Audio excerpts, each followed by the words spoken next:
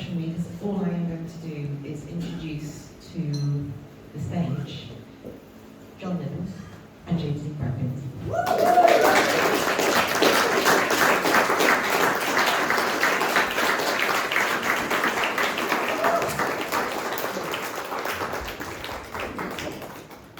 Back again. Hello. Hi. Okay. Whoa. Thanks. Norman Collier. That's not quite. Yeah. No. I think it's okay now. Hello. Is that okay? Well, yours is fancy. I'm good now. Yeah. Yours is cool. That was probably Norman Collier, wasn't it? Right. Second. Everything's from the book tonight. Bit of age concern coming on, so it's fucking true. Okay. So, Chris Bab, byddai cyfweld John am nofel newydd heno, wedi hynny gael chi ofyn rhoi cwestiynau iddo fe, os dim unwch, full disclosure, dyn ni'n adnabod yn gilydd 1993. Welcome everybody. Going to interview John about his new novel tonight. I felt like I was about to be putting a giant wiki man there. No idea what's going on. That was the intention. I think full disclosure, we've known each other since 1993. Told you that last time, I think. 4. 1994, there he goes. And then you'll be asking John questions after this. Last time we were in Abergavenny, our brother had come out, and massive success, and Times bestseller list. Come on.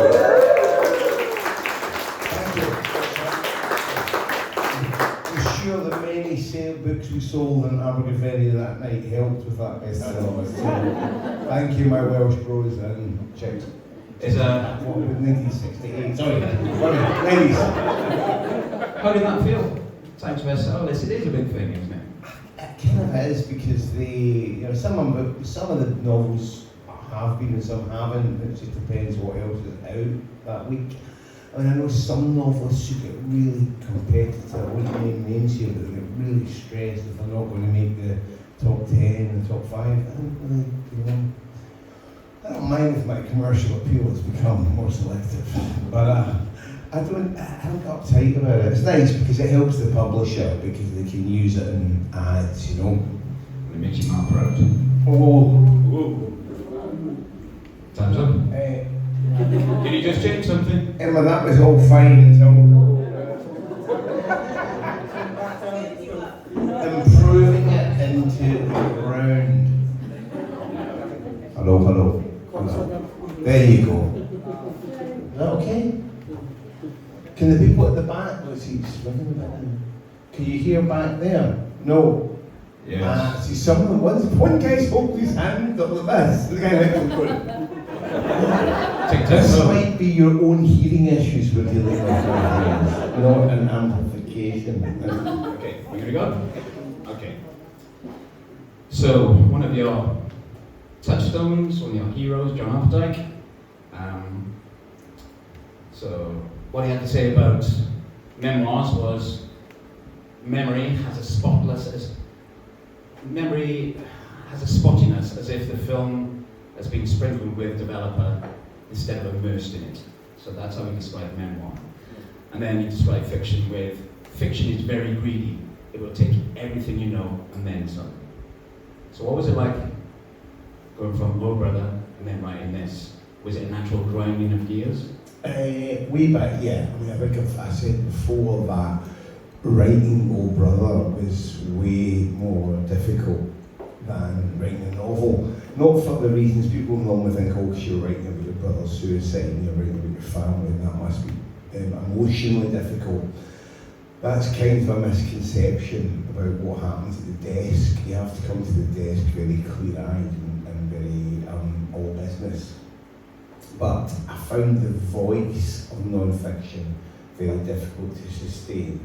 It was just a joy to come back to write a novel again. Because once I know how the characters in a novel speak, who they are, it's just like a day at the beach. It's just, no matter how hard it gets, and it does get hard.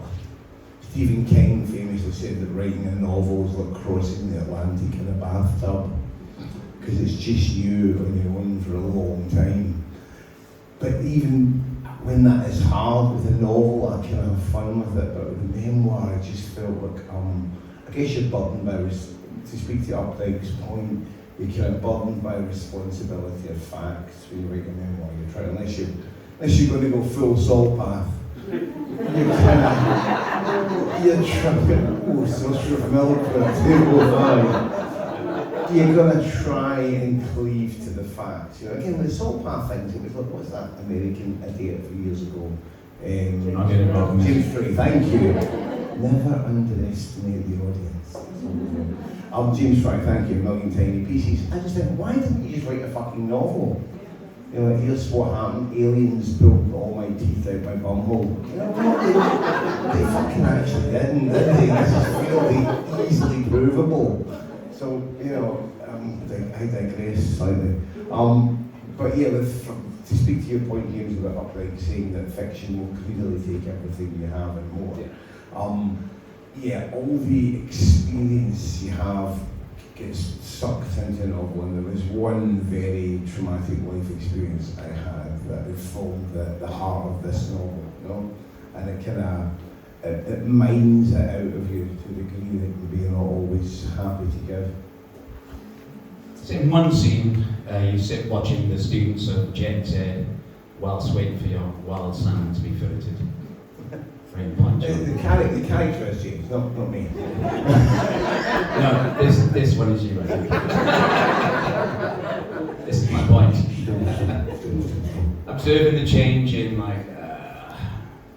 in the commerce and the dating and the cultural postures of Gen Z students walking in front of you whilst you're in the check for the pub. I just recognise you in this scene, just this scene. Because, I can imagine you pissing the moment about, I will not have farm salmon. That's one clue for a start.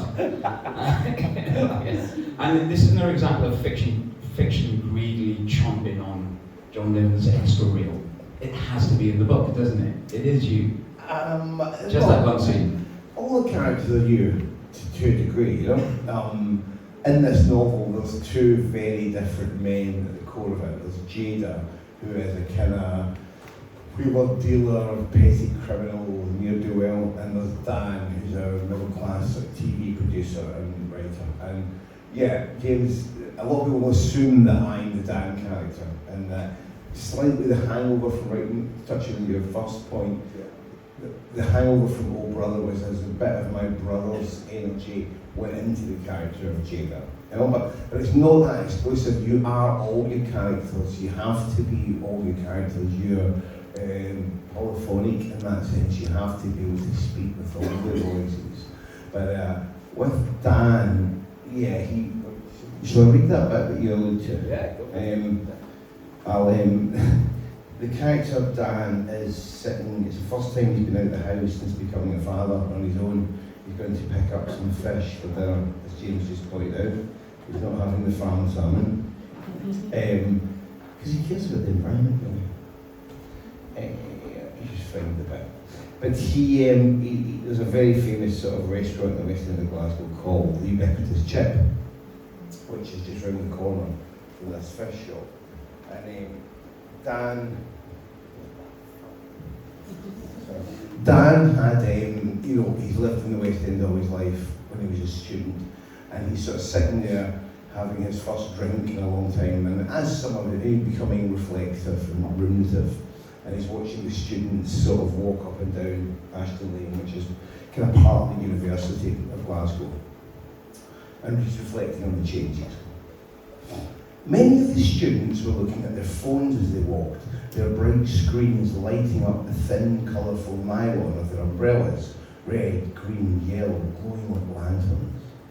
Of course, the students were different from back in his day. Today, some of the girls looked like boys, some of the boys looked like girls. The spindly-legged one in the mini-skirt, teetering heels and bob with the Adam's apple like a fist. And thick 5 o'clock shadow. Actually, Jimmy, can I borrow your glasses?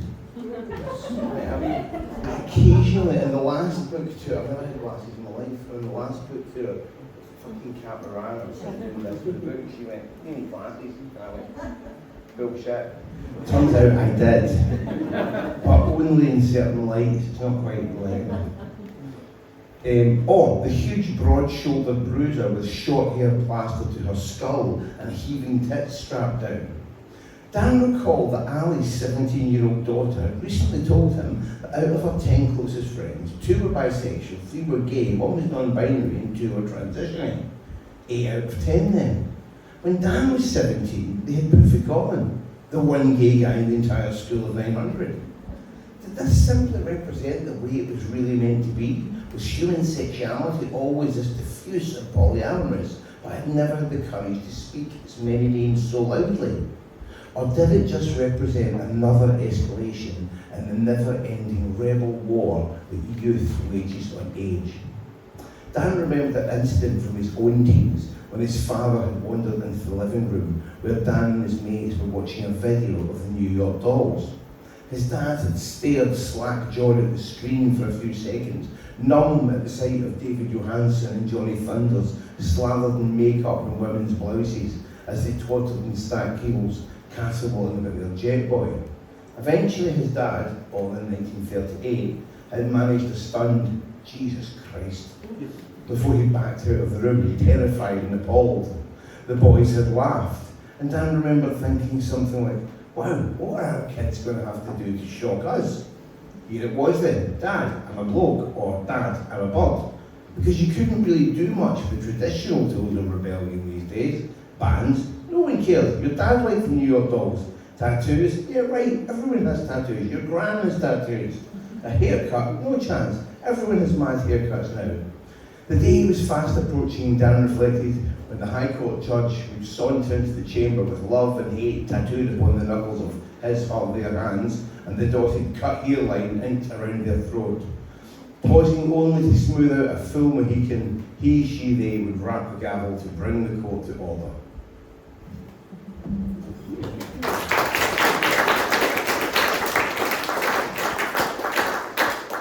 Different thing. Yes. You haven't wearing my glasses, and you cast aspersions on my side. Thank you. Jesus. So your experience of Scotland, the Scotland that you know is very broad. Ayrshire, Glasgow, studying in Glasgow, frequenting the East End, the West End, just very different places in Glasgow. Gigs at Barrowlands, log-ins at the Clither Bar, getting into scrapes on Sauchiehall Street, having fights on Sauchiehall Street. I know what you're alluding to, thank you. No, but does this ideally place you in a position of trust that you're not punching down that everything you've been amongst? There's the two characters in the book are from very different places, and I guess I started off in life. I went to a very rough comprehensive school in Ayrshire in the 1980s. So I grew up surrounded by Jadas, and I now live a life where I'm probably surrounded more by Dans on a daily basis. But I don't think it's like, the myth that the act of going to university is is automatically middle classifying yourself, that you forget where you came from. I don't think it's true. And also, as a writer, you kind of have to be a bit of a sponge for dialogue and banter. And guys like Jada, and my brother was one of these guys, these kind of small-time gangster types, they're kind of fascinating to me in a dialogue way. It's like when you watch something like The Sopranos, and these characters are just completely unfiltered, and who just have this confidence in their worldview. I find that really appealing as a writer. So I'll these guys, this isn't a new thing for writers. We've been discovering this since Milton wrote Paradise Lost, that Satan is always a lot more fun to write than God. So, my Jade in the book was always going to be more fun to write than Dan. But you can tell that because Jade's dialogue is written quite phonetically, really, isn't it? It took me a while to log in, but I did quite quickly, actually. Perhaps because I've been drinking with you many a time, I'm not sure. But perhaps there is. But I suppose, again,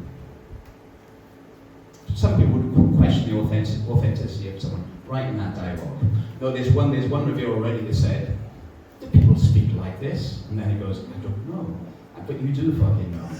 You know. And so does that help you just knock that criticism out of the park? I think I'd say if you don't know, then shut the fuck up. You sit this one out, Chief. People talk about this, I don't know. I do, fuck up. I did the first night of this reading tour was in Ayrshire, in Irvine, the town where I come from. And some of the dialogue in the book is not only Scottish specific, it's almost very West Coast of Scotland specific. And there's something about, you know this in Wales, kind of like connecting with your people, they really laugh their arse off at everything because a lot of it, especially from Jada's point of view, is so close to home. But I thought, rather than explain this, I can maybe read the scene where Dan and Jada meet for the first time and we get a sense of kind of who Jada is. So when I was outlining the book, I was... yeah. Thank you. I wanted to write a novel set in Glasgow because I hadn't done it for a while. And I had been spending a few years trying to convince my wife to move back to Glasgow, but to no avail because I've lived down here for such a long time. And you look at the weather forecast every morning, it's like, 25 degrees. We were 15 fucking degrees in Glasgow. We got as far as looking at a couple of houses in the West End. We were standing in what would have been the bedroom, a huge, high-ceilinged, brilliant room. And I looked at the window and she was standing there and the fucking rain was bouncing. It was August, by the way. The rain is bouncing like 6 feet off the pavement. I was like, yeah, fuck, not winning this. So, the novel was kind of wish fulfillment for me in a way, and I kind of wanted to spend more time in Glasgow. When you write a book, you get to go there mentally, But what I noticed, having not spent that much time in the West End for years, is how close, in Hindland you've got like these £1 million townhouses where the likes of Crystal Walk and all the media people live, but your 10-minute walk to Partick, which is kind of much more deprived and much more real. So the great leveller in our country is the NHS. So Dan and his wife Grace are the kind of people, they've probably got the money, they could have gone private, but they feel that you shouldn't do that. So that's how Dan and Gina meet, as in front of the maternity ward at the NHS hospital. So you stab all right? These are pretty good, Jenny. Sorry. This is, when they first see each other. And we get the, bear with me. I didn't think this was the fourth Claudinate. Is this your first win then, Dan? Jada jerked his head towards the maternity unit behind him, its windows glowing yellow in the chill darkness. Dan roughed his accent up a little bit. You? Wait till fuck, Jada said. No, I've been here a few times, know what I mean?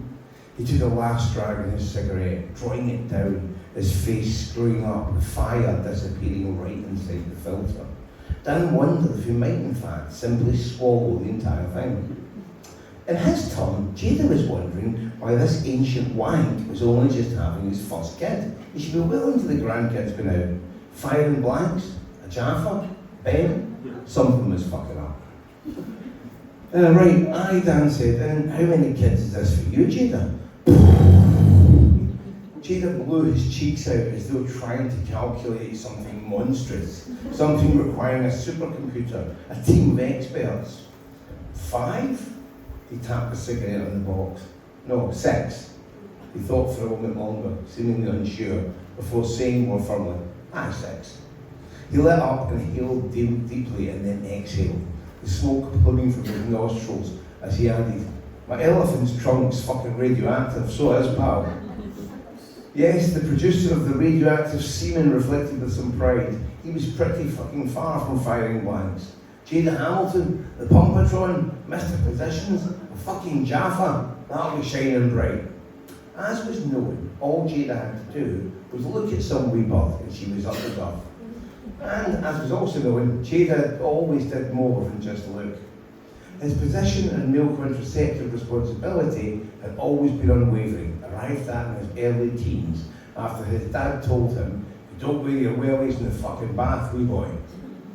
So Jada employed the time-honoured solution of getting off it paisley. Do you have a word equivalent for that expression? Okay. Although too often Jada had remained on the train, teeth gritted, some girls' ankles cradling his ears until much, much too close to Glasgow Central, the final destination. I guess Cardiff. What's the stop before Cardiff on the train? Well, I was thinking Cumbernauld, near where I come from, but no. Okay, it wouldn't work as a one.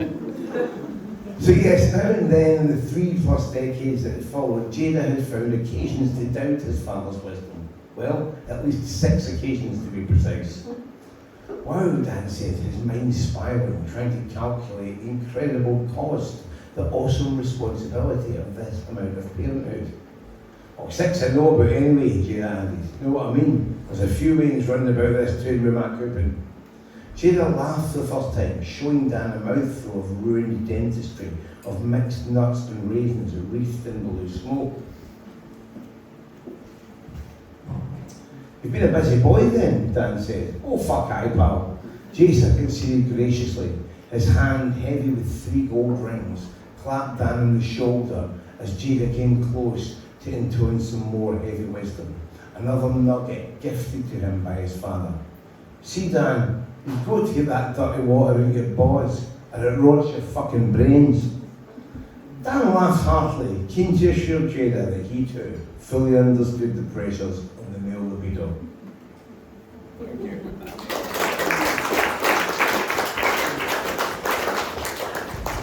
So, you can't avoid talking about Glasgow, you know, that whole cliche of it being one of the main characters of the book, but it is.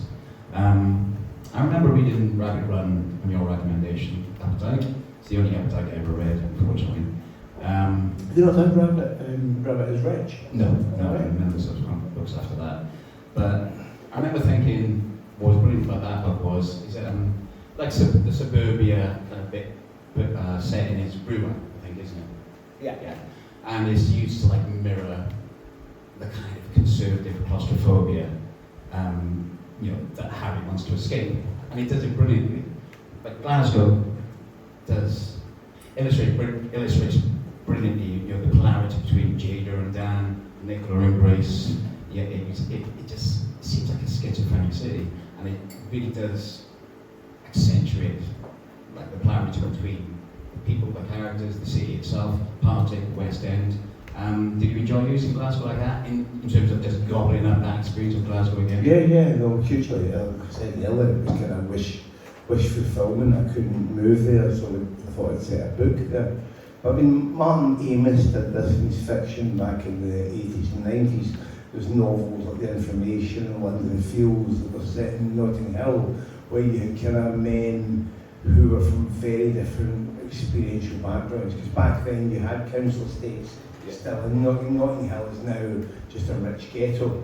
Yeah. So you couldn't really, I don't think, convincingly set a novel like this in that milieu. So Glasgow seemed to me a natural fit to do it. It's also a small city. It's like, I guess, the population of Greater Glasgow is about 1 million. So it's kind of Dan and Jada, these two guys who would never normally be in each other's lives, and yet they kind of end up there with cataclysmic results. So yeah, I really enjoyed, you know, spending mental time in the city again. Bit of a, I suppose, didn't really want to ask this question, but I feel like I've got to. It sounds ominous. What the fuck is this guy saying? Did writing about your brother's suicide almost kind of train you up for the centerpiece horror at the heart of this book? Or does the process of writing just steady the pen? Does it inure you from reacting to what you reveal to yourself on the page? Or by the way, do you write or type? Type. That's right. Yeah. So did you feel trained up to the centerpiece horror of this, you know, the horror of this book, you know, when you got to it? Did it affect you? I think that's a very interesting point. For those of you who have read Oh Brother, the big centrepiece of that book is the death of my brother by suicide. The experience of him dying is quite graphically recounted in the book. In this novel, I don't want to do any spoilers because it's important, I think, that it should surprise the reader, the big central turning point in the book. But shall we say, the experience, I had a very terrifying parental experience with one of my small children. And when you're a writer, now and again, when something like the death of my brother, or like this experience was a near death, it hits you with such force that you know someday it's going to find its way into your work, and you know in that moment that you'll have to write about it at some point, because that's the job. Saul Bellow said existence is the job in all its facets. And with this, what I find is it takes 3 or 4 years, the average lag, until you've distilled an experience properly to be able to write about it with enough clarity and perspective. Because as I said earlier, you have to, I'd say this to anyone here who's trying to write, you have to, and this is, it's not my theory, Wordsworth famously said that writing is just emotion recollected in tranquility. You need to give yourself that distance to be able to set it down clearly. But I knew that this incident that happened to my daughter, one day we kind of find this way into the work. And, books on that, I think people think that you walk around and suddenly a light bulb goes on, you have this one idea that you think, oh, that's a book. Novels are usually 2 or 3 ideas, 2 or 3 strands that kind of find their way together. So for me, it was this really terrific incident that happened to my daughter, and it was the idea that I wanted to write something set in Glasgow, and the idea of these 2 star-crossed men who would never normally meet. All these things are sort of swimming around, and then the kind of eureka of the job is to find a way to string them all together. Agreed. Agreed. In the book, Grace is Dan's wife. I really like Grace. I liked it because I thought it illustrated your restraint in terms of writing her, because she has reserves of strength. Dan doesn't. Dan dissembles everything around him after the horror, so to speak. But Grace still remembers the world before and after that. Is it hard to stand back from a character like Grace, just let her be? Does she say to you, I don't need you to write me anymore? Because she's so strong. I like the way you phrase that, because I'm always a wee bit cagey of that thing of all your characters have these ideas. Nabokov famously said, my characters are galley slaves, as in they just do what I tell them.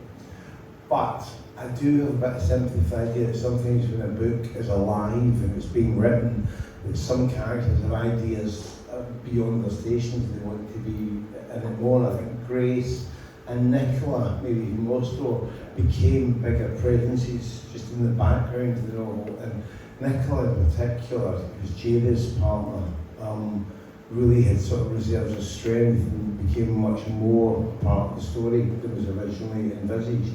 But with Grace and Dan, it was kind of deliberate. I wanted to write that because the cliched way for those characters to be is that Grace would be the sort of helicopter parent who's like really obsessed about safety and all these things. And Dan's like, it's the other way around. Dan's the guy who, before they bring the baby home, is going around taping, styrofoam to all the coffee table edges. He's trying to future-proof the whole house. But of course, Jada doesn't give a monkey's fuck. Jada's just let off his nut, and of course, the fates and other ideas. It's and we all know this. I think at a certain age in life, it doesn't matter what action you take to future-proof your life. Shit's going to happen, And Might be mistaken, but I thought the main core of the book, which is why I loved it, I felt the main core of the book was the chance it gives the reader to see how far we've all travelled from each other. We fear each other, we envy each other, we hate each other, we pity each other. but we fail to recognise anything resembling similarity in each other anymore, I think. Perhaps I'm reaching a bit, but that's the way I feel about everything. Is this a book a chance to see our own parallel universe, disaster movie, to shake us out of our exiles? That wasn't the intention. I always think, beware the novelist who comes with, here's my grand message, fuck that guy.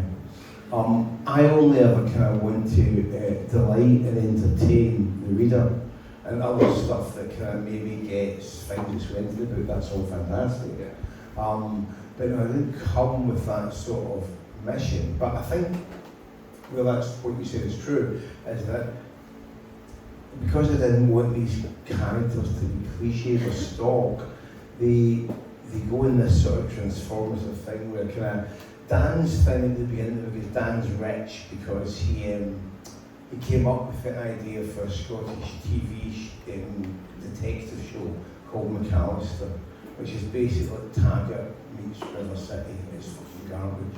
It's the kind of shite that your gran would watch.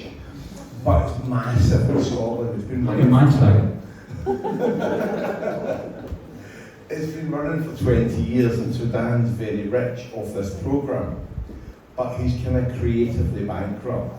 He always thought he might be a sort of edgy novelist or even write a brilliant feature film, and that's never happened. So he's made all this money and he's kind of creatively bankrupt. The reason he's creatively bankrupt is he stumbled out of university and sold this TV show and made all this money, and he's never really known adversity.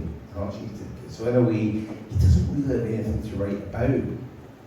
So it's like the old expression, be careful what you wish for, because Dan, across the course of the novel, really does get something to write about. You suspect by the end of the book, Dan's going to have a very powerful novel within him, but it's come at tremendous personal cost. And Jada, meanwhile, has gone also in this thing where you get these glimpses. Because Jada, I'll read you to, I don't want to bore on too long, I'm not going to read endlessly. I hate writers, or something I'm going to see, I won't name names, but they'll read like 15-page extracts, which is like in 40 minutes, like you're out of your mind. But I'll read you two short bits. One was Jada, who we have this thinking that he's just this Ned Bam, but you find out that the way Jada was parented was so appalling that it's a miracle he's functioning at all. And also that despite his sort of caricature, hard man sort of image, he does have a sort of love and tenderness at his heart. So this is, although sometimes it is achieved chemically. So in the scene I'm going to read you, Jada's kind of out his mind on ecstasy at a party, and he hears his baby son crying from down the hall. And unusual for Jada was to settle the child. Jada's eyes adjusted to the darkness of the room. The only light coming from the street lamp outside and the yellow bar on the wall from the quarter open door to the hallway. He saw the blue dummy on the floor next to the cot, what Nicola called his dodie. Fumbling, Jada got down on his knees, got hold of it and jammed it back into the boy's wet mouth. The crying stopped immediately, his son sighing gratefully as he flattened his warm cheek against Jada's chest, nestling the crown of his head under his chin. Jada leaned back against the wall and sat there, rhythmically rubbing the soft cotton of the baby glow, utterly flummoxed with ecstasy and something else. It occurred to him that this was the first time he'd settled the way in himself. Nearly a year now, and on the rare occasions he was home at night and they were sitting and watching telly, it was always Nicola who responded to the cries when he came. Jada assumed she used some form of witchcraft, some more voodoo to settle the boy. Was it really this easy? He'd just lost his dummy and he needed to be held? It seemed impossible to comprehend.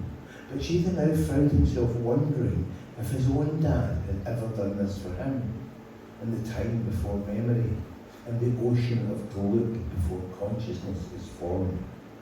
had the same fists that later and often come swooping in from sharp, unexpected angles to glance off Jada's arms, his backside, his jaw, his nose. Had those fists once stroked his back, smoothed his hair? Had the lips that spat, you stupid wee bastard, and get yourself to fuck, and you're no son of mine? Had they once said shh, and they're there? Had they ever formed no chance. But still, Jada rode the fantasy along on a fresh wave of the pill, seeing himself as Jaden, nestled into his dad on the floor of the bedroom in the cold, damp flat in White Inch. He could feel the boy's wee rabbit heart against his, slowing down now, the breathing deepening as Jaden swam into the current of sleep once again. Simultaneously, the gouge from the heavy, smacky E was overtaking Jada, drowning out the coke high, slowing his own heartbeat so that for a moment it felt like their twinned pumps were flexing softly and precisely together, but their blood was traversing their bodies at the exact same rate. It felt like the boy was inside him, like Nicola must have felt. The light from the street lamp was coming through a crack in the curtains, glinting in the silver dream catcher Nicola had put above the cot, and then spangling off onto the walls, sending Lucozade-coloured shards of light flying around the room. Jada watched in wonder, with the sleeping infant splayed in his chest, a bunched fist on each of his shoulders.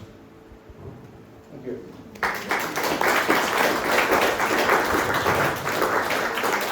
Thank you. So, first time I read the book, that was the phrase that just jumped from the pages, "We rabbit heart." I thought, wow, you've unlocked Jada's warm side, his humanity, whatever you want to call it. You've unlocked it with 3 words, "We rabbit heart." I thought it was amazing. Did you high-five yourself at that point? Was it like finding the secret chord? You're all now picturing you high-fiving yourself in the studio. Someone's got to. Occasionally, it's quite very, very rare that you make yourself laugh at the desk. But on the occasions you do, it's kind of fun. You know, go back to that Stephen King analogy, it's a long, lonely job sometimes. So when you do get something right, you kind of. I knew that was a good line, and it was important to give Jada. He's maybe got 3 or 4 moments like that in the novel where we kind of get his humanity. It's a great album, "We Rabbit Heart." Feel free. I've read all your books.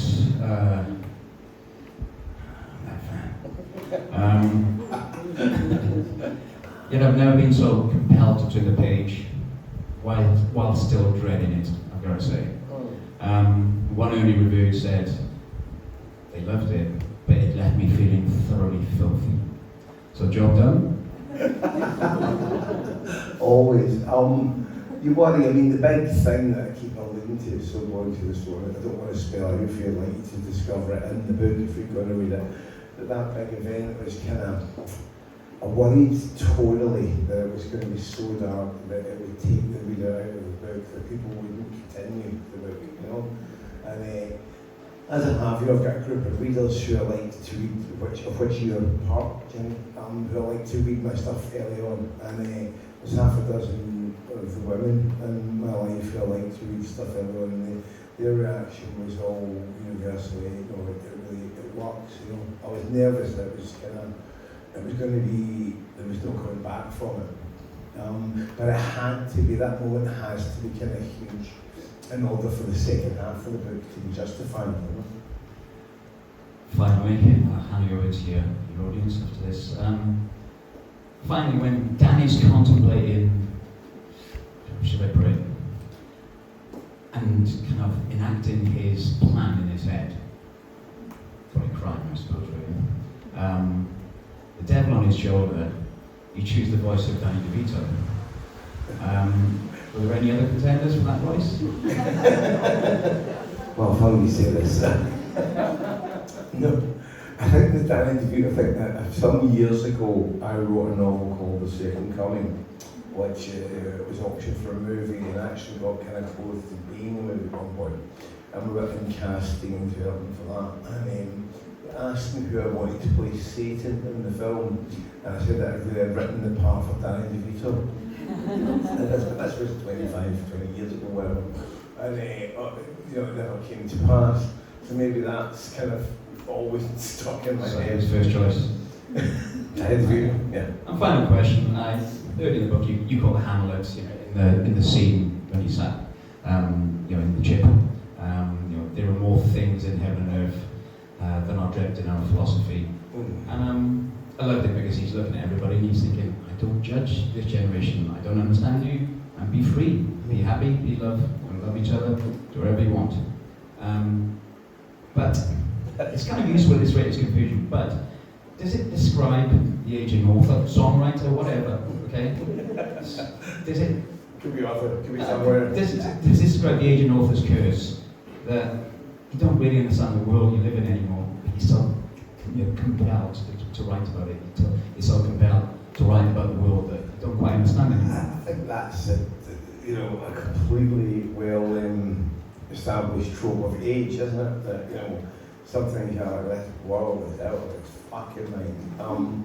But yet, it's a song or book that tries to understand the world that you can't understand anymore. Is it worth it? Oh, what's the alternative? Cookery book, solo album. I've got 4 kids. I can afford to fucking garden out your mind. Real author. Would that I could. But I know you're getting that because some things you read a late sort of John Updike novel like Terrorist, there's now and again you're like, oh John, oh no, oh baby. I guess he was in his 70s at that point. I'm still in my 50s, so I'm kind of still thinking, let me eke a few more years out of this shit. I think so too. But does it nag? It does, of course, yeah. And also, that's why it's difficult sometimes for guys. I'm still, it struck me it's 20 years this year since my first novel came out. Music for Big Pink, and I'm still stupid enough that I think as a writer, and you'll find this as a musician, you kind of get slightly frozen in aspect at the point at which you become successful. So with a book like Kill Your Friends, I was sort of very much reviewed and treated as this the enfant terrible of British literature. And I'm insane enough that I still kind of think that, and then you look in the mirror and you go, who the fuck is that ancient moon? Not so much enfant, but very terrible would be the kind of watchword. You still flatter yourself, you're in the fray, but of course your time at the fray is perhaps nearing an end. And that I didn't mean you to go there, Jesus Christ. Okay, you're welcome to your author, Mr. John Niven, the Abergavenny. James Bradfield.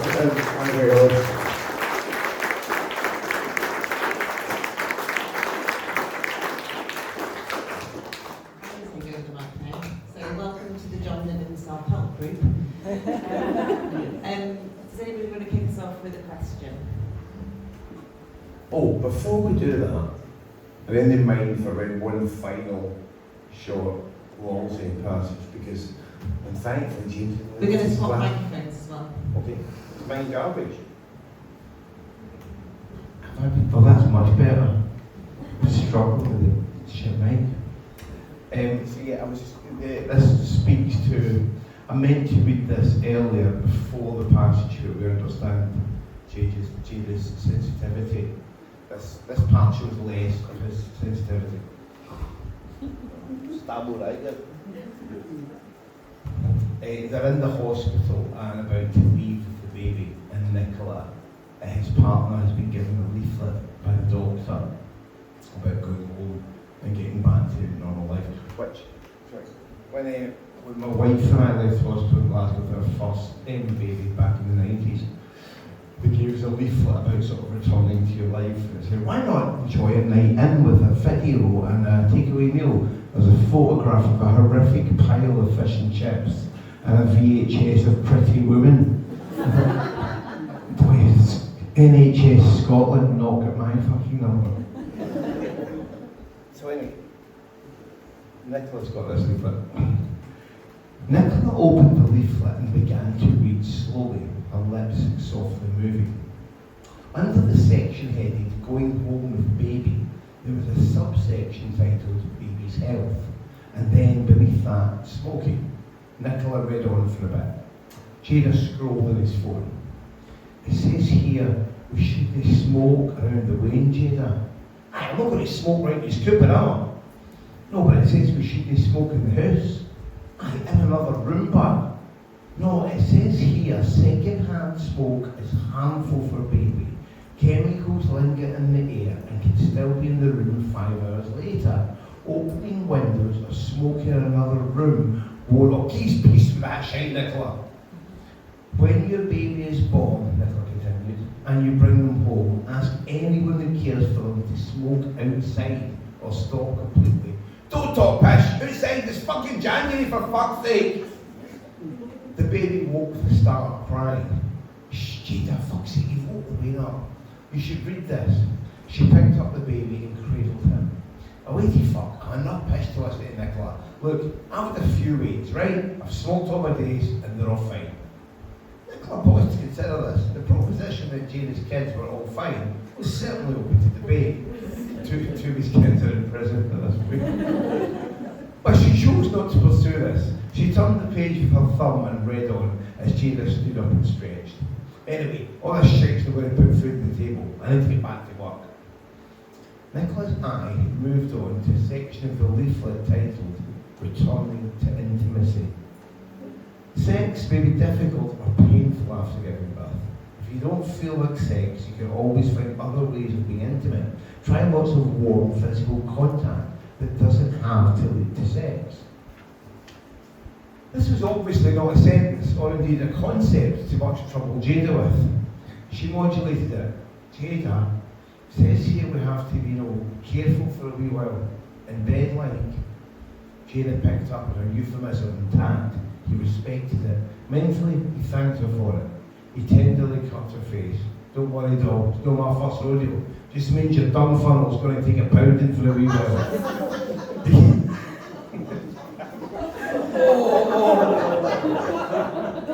He is an awful man. That's my mum's review of the book, Fred. Showing he's an awful man. Jada turned to his son, to Kate and Hayden, and ruffled his hair. See you later, wee man. Nicola watched him go, shouldering his way across the wall, his nightmarish promise of vigorous anal sex ringing in her ears.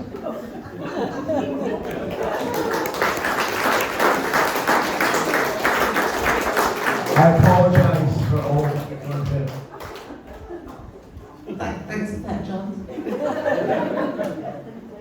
I don't think anybody wants to follow up with questions. You've beaten everybody. Surely one hand's going up and say, what's a dung funnel? Go on, somebody be brave. I'm sure this super bookish audience can work that out from context. Sorry. You said about the second coming being possibly a film. I've read all your books apart from this one, and I can see some of your books as a film. Is there any of your books you'd like to see as a film besides The Second Coming? All of them. All of them within a 12-month period. Even a Netflix series? Whatever, I'll take any, but the experience of book to film is a long and agonising one, so always think every one of my books has been optioned for either movie or TV at some point. Some with me writing, some with somebody else writing, and only I think Kill Your Friends so far has actually made it onto the screen. A film producer once described to me that how trying to get a movie made in Hollywood is imagine you're going to shoot an arrow down a 200-yard long corridor. About 100 paper targets are going to come out, pop out from the side of the corridor for like 1 second with a hole in the middle of them. They're all going to line up concentrically and you have to shoot the arrow down all those holes in that 1 second window. It's that difficult. It's like all these factors that have to line up at the same time. you know, and it's a nightmare. So it takes a real long time, and it's so difficult. And another novel I wrote, The Amateurs, which is about golf, which often you meet real fans, it's often their favourite book, the one they find the funniest.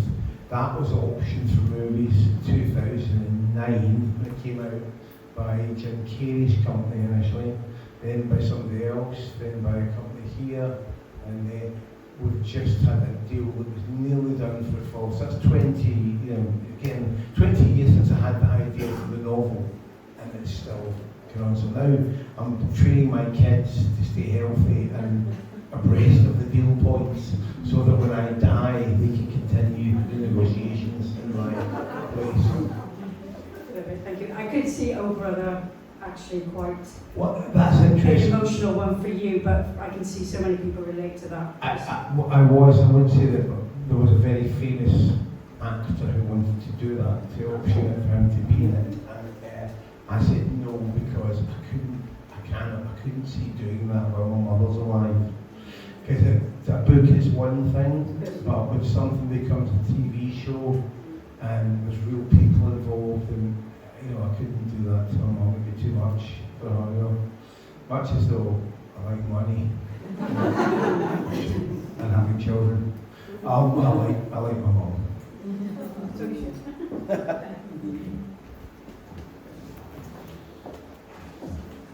Hi John, you talked about living through some pretty horrific experiences and thinking about how at some point you'd be writing about them.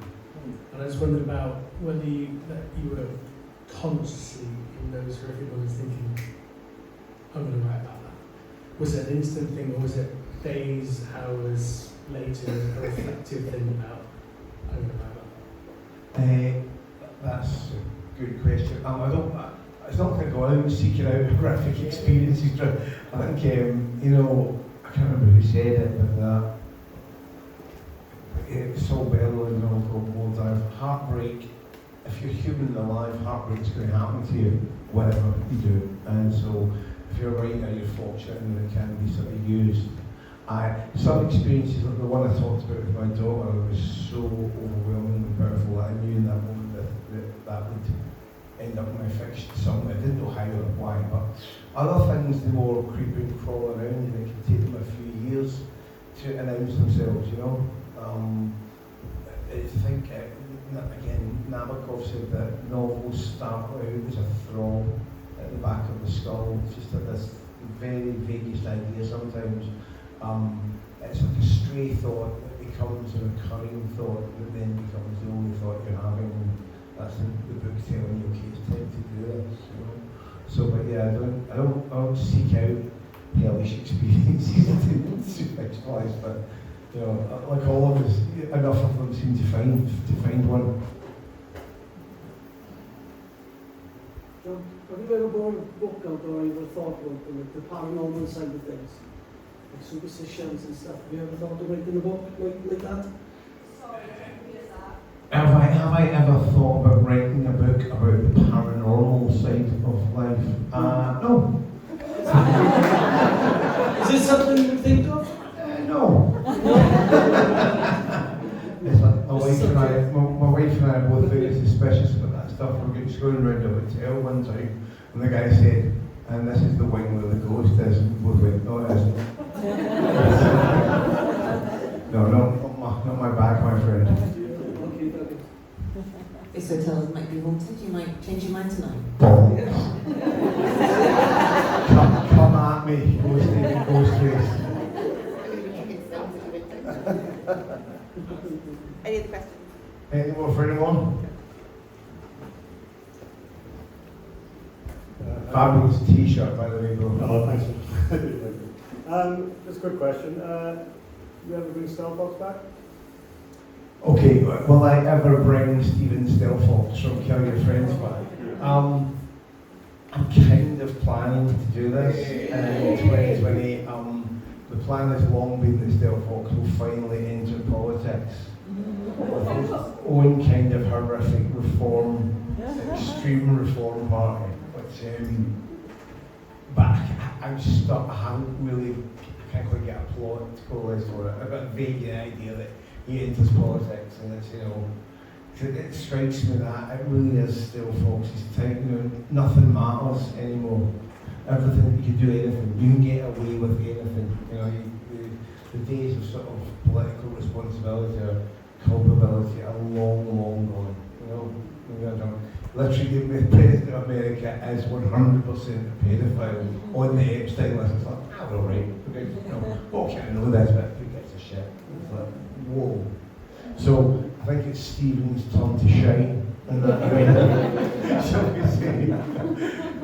But I really have to do it in 2028, because that would be, the first novel was 2008, and then Kilmore was 2018. So I really need to get my skates on that next year or so, and I've got quite a lot happening this next year, so we'll see. But yeah, it kind of is the plan. I was curious about what you asked me about film. Can you make a question?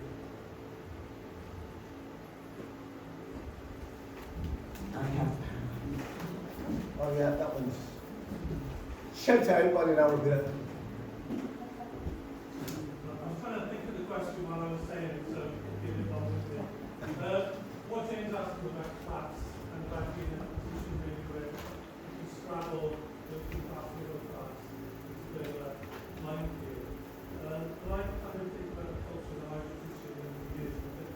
Music from Glasgow, probably back to Irish tradition and their change and understanding. Why is it that Glasgow seems to be about, you think that you've got working class people who are incredibly influential and artistic, and that, I think they're writing like James Cameron as well. What is it? Do you think it's about the soil, the terrain of Glasgow that seems to do that? To bog the other question, what does Glasgow get right that produces so many great bands? I'm paraphrasing. Especially that sort of working class. I'm always wary of things like that because, as Ian Brown said, it's not where you're from, it's where you're at, baby. I think, you get fabulous writers and musicians in all places, Much as though I love Glasgow, I would be loath to say that, there's something in the water. What I would say is that I'm very fortunate that I came from a really tight-knit group of working class kids who all found each other through music back in the 1980s, very much like James did. And we had a culture back then where, like, in the NME, we used to have a thing called Portrait of the Artist as a consumer, where it would, like, say, Edward Collins or Tracy Thorn would list their favourite books and TV shows and movies and cultural ephemera. And it was the way that every week you thought, oh my God, I've never heard of that film, I've never heard of that book, I've never heard of it. You would discover all these things, not just music, but the culture. And all your knowledge pool would expand together. And I wonder sometimes where kids are getting that now in the era of there's someone blasting a sausage out of anus on TikTok. Or whatever the fuck, I wonder what's at the end of that road sometimes. And on that hellish and enduring image.